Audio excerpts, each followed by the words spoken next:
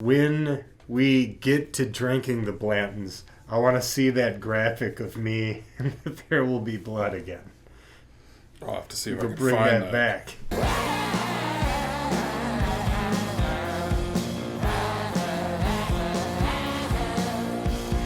Hey folks, welcome back to the Western Wisconsin Whiskey Emporium for ladies and gentlemen. I'm Eddie. I'm Dan. And we're the Deathless Dogs. We'd like to thank everybody for tuning in this week. I don't know if you've seen it on the thumbnail, but this is our 1-year anniversary of doing whiskey reviews. Yeah, we've been drinking whiskey on the internet for 1 year now. Those of you tuning in on YouTube may not realize that because we did it on Facebook only for a long time. And we're going to revisit our very first episode. I figured it'd be fitting, and I had been looking for an excuse to crack open the Blanton's Gold. So I figured 1-year anniversary of drinking whiskey on the internet, it doesn't get to be much of a better cause for us. It's going to be interesting to see if our opinions on these two bottles have changed with everything we've drank over the last year. Learning more about whiskey just through drinking it, really. I've always kind of said I'm a Blanton's guy, but after trying so many whiskeys, I wonder if I'm still going to think it's like the best whiskey ever. I can say that I'm not a Blanton's guy,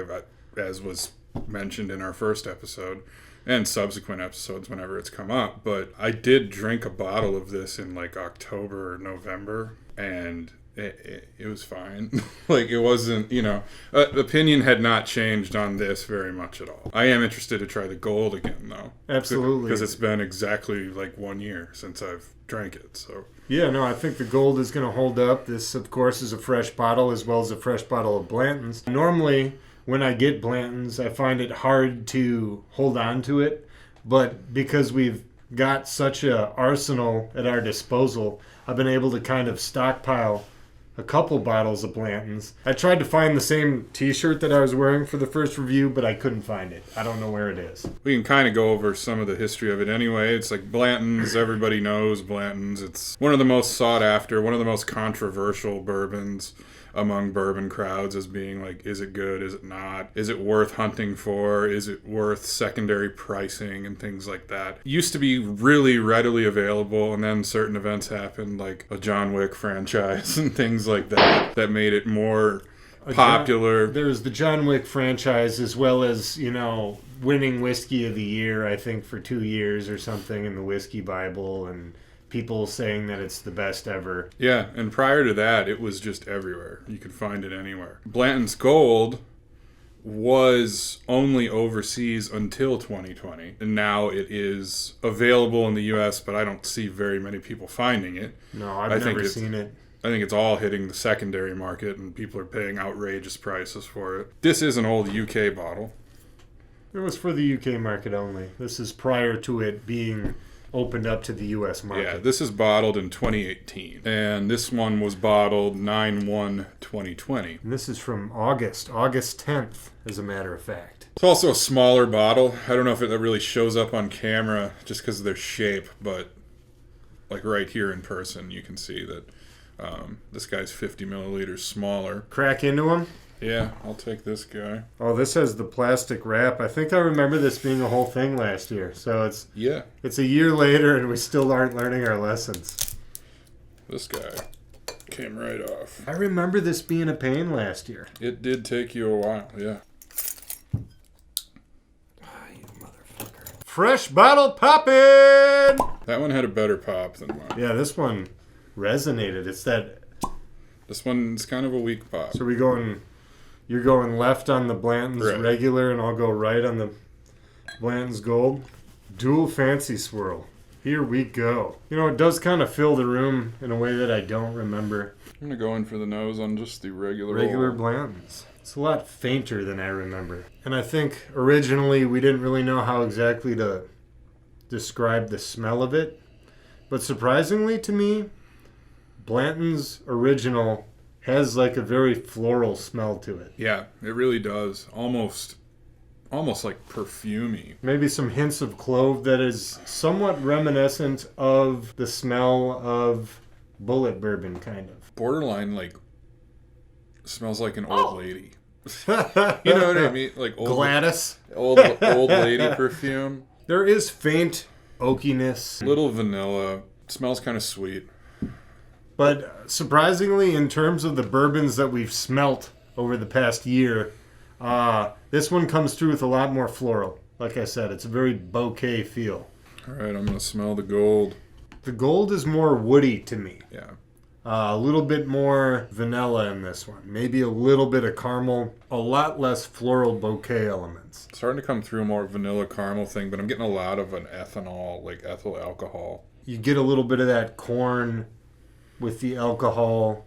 It's a very pungent bourbon punch, actually. I actually think I like the nose on regular Blanton's better than the gold. On second review, between doing just a 1-2, the Blanton's Gold has a bit of caramel, faint woodiness, but a lot of ethanol on the back end. Yeah. That'll get you. Like science classy smell. Like on the back end. Like you're talking like sophomore year chemistry. Ethyl alcohol, yeah. So it's not a bad smell by any means. It's pretty typical bourbon, really. But the actual regular original Blanton's has a better nose, in my opinion. Yeah, I think so. Clink 'em and drink 'em. Which one do you want to do? Do we do Go regular first. Blanton's original? Here we go. All right. Clink 'em and drink 'em. Cheers to another year. Very oaky on that first sip. I must say that last year, I remember thinking Blanton's was like cream soda. Right. Smooth, vanilla, caramel, a little bit of corn. The more bourbon we've drank, the more this flavor has really changed for me. It's not as sweet as I originally thought it would be, and it actually is very herbal. Like we're getting clove, we're getting a little bit of like spices, maybe a little cinnamon. Not as much caramel and vanilla as I originally thought. No. Truly, like I said originally with my impression of what it smelt like, it really does kind of remind me actually of like a fancier bullet bourbon. I don't even know if I'd go with a fancier bullet bourbon. It really tastes like bullet bourbon. It's a very watery mouthfeel. There's not much. I think even in the first review, we kind of talked about how it was kind of liquidy. At least I think you said something. Very watery mouthfeel. I mean, granted, Blanton's a single barrel, so they're never going to taste exactly the same, but they have a general profile of what they taste like. We haven't released the episode yet, but we recently drank a bunch of bullet bourbon for an experiment we did, and this really tastes like bullet to me. I mean, we drank quite a bit of bullet in different variants, and the similarities are shocking, and I might say that this one might be a little bit easier to drink. And it has a little bit more of like some caramel or vanilla to it. A lot of clove, as if we were smoking some Bali Highs with Vermule back in high school. Yeah, it's very, yeah, I don't know. I understand why there's hype around it. It was in the movie John Wick. If I find it, I will buy it because it's always something you can trade to somebody. Someone's always looking for Blanton's. My opinion, I think, is drastically changing over the year. I think my tastes and preferences have grown up some, surprisingly. Yeah, because like a year ago, it was incomprehensible to you that I didn't like Blanton's, that I didn't think it was great, that I wouldn't like hunt it out. And like over the last year, I like it less than I did a year ago. I've had so many things this year that are so much better than this. I agree that I've had quite a few bourbons that are better than this, but I still will seek it out and I still will buy it again. I mean, people will seek this out and buy it at second market prices of over $150. That's insane to me. I got this one for $66.99, which is right at about retail. At retail, and it's just sitting on a shelf, I'd probably buy it just because, like you said, I know I can trade it to somebody. I wouldn't ever buy it to, like, flip it and sell it, but, like, to trade, I would. I think buying bottles to flip and, like, make money off of is kind of a shitty fucking thing to do. Yeah, but I agree. But, like, I would have one to trade for somebody who doesn't get to see Blanton's that much, and maybe they've got something that I don't see very often, and I could trade it off. I would never have more than one because I don't really like it, and I'm not going to drink it. It's not bad, okay? Like, if you find it, you're going to want to buy it. I'll still be seeking it out. You're like me, and you're more into the, like, beam, like, nutty kind of thing. This is not your bourbon. So I'm eager to try the Blanton's Gold to see if Blanton's Gold truly is Blanton's Gold. You know what I'm saying? Yeah. Let's see if 10 proof points can make a big difference. All right, clink them and drink them. Now this one, surprisingly for being 10 proof points higher, doesn't really taste that much hotter than regular Blantons. I don't know. What are you picking up? I'm not picking up anything very distinct flavor-wise from it. On the tip of my tongue, not much, but it kind of starts in the middle and then keeps going in the back. Like, I feel like this one parties in the back. It actually kind of seems a little bit more creamy than the original Blantons.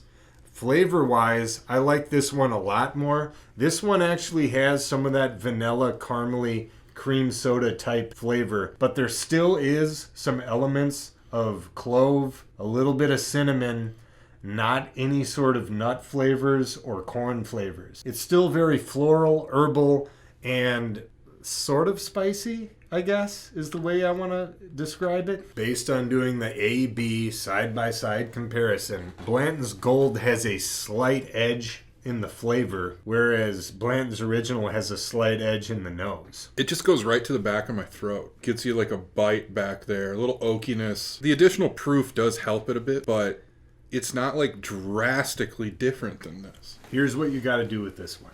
You take just a little sipperoo on the front and you leave it right at the tip of your tongue, and what you're going to get is like a creamy sweet butter. You got to let it just hang out on the tip and then roll it back. Yeah, I mean, I could see a little bit of that butteriness you're talking about, but yeah, man, I don't know.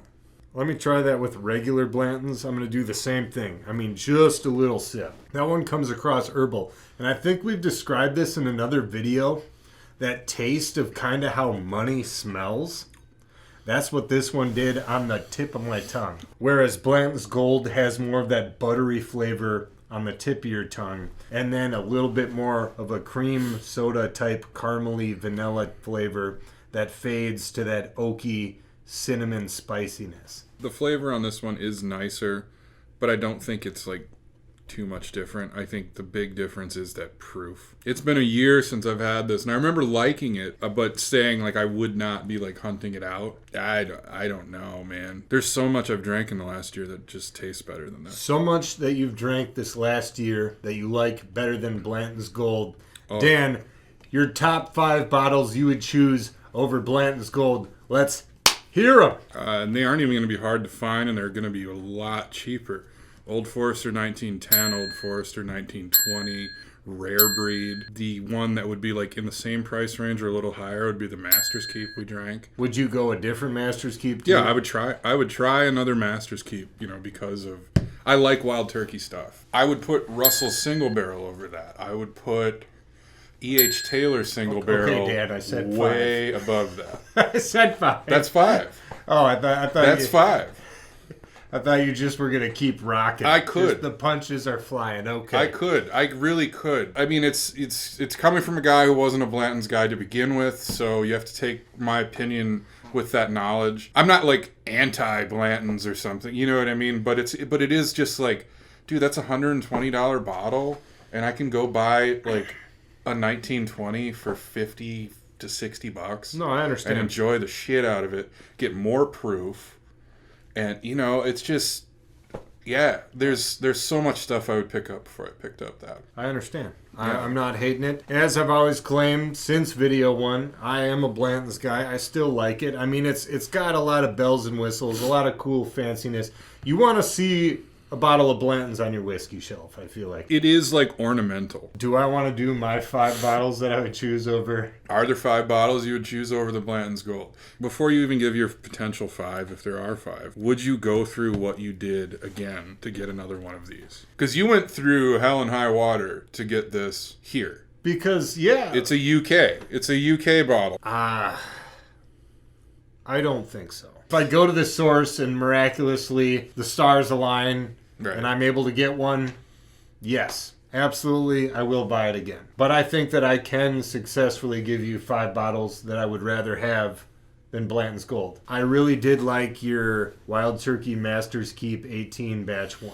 I feel like if I found that one again, I would certainly choose that over Blanton's Gold. I really like that flavor profile of Stag Jr. I think the E.H. Taylor Single Barrel Michter's 10-year bourbon And Dan, honestly, at this point, I think we've had enough whiskey for me to understand what I truly like when I drink whiskeys. I like that tobacco-y, almost like cigar vibe type flavor. Russell's Reserve Single Barrel probably is going to be a dead money ringer. You can buy at least 3 of those for the price of one of these. Yeah, I'm a Blanton's guy. Yeah, I would buy it again. But sometimes cash is king, and I feel like you have to understand the hype train and maybe don't board the hype train.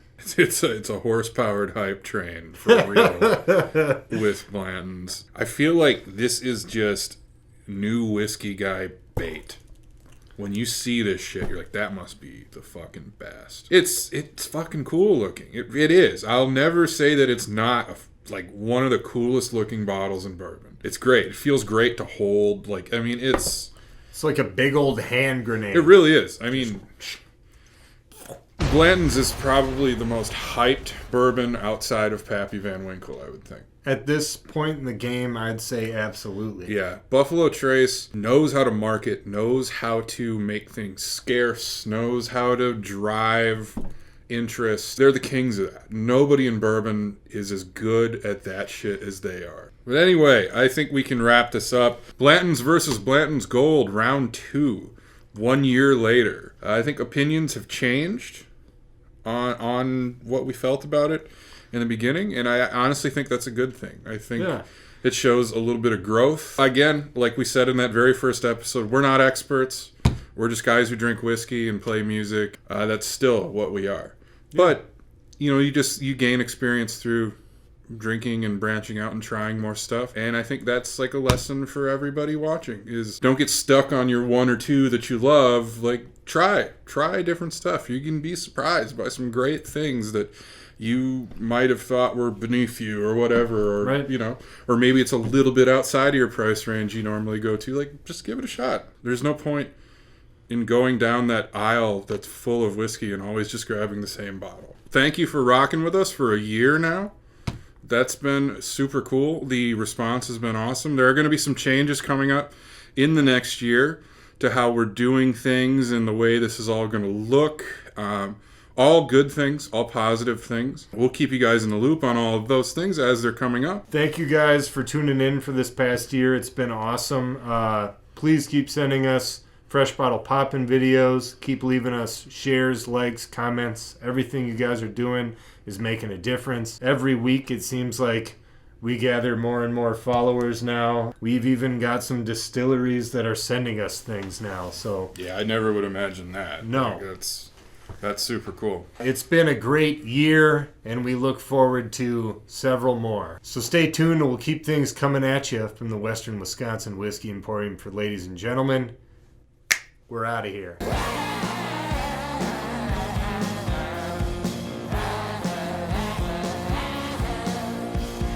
I wonder if we're going to start seeing more of this around with the introduction of this. I hope so. If people are going to be that would be great, seeking out the gold more so.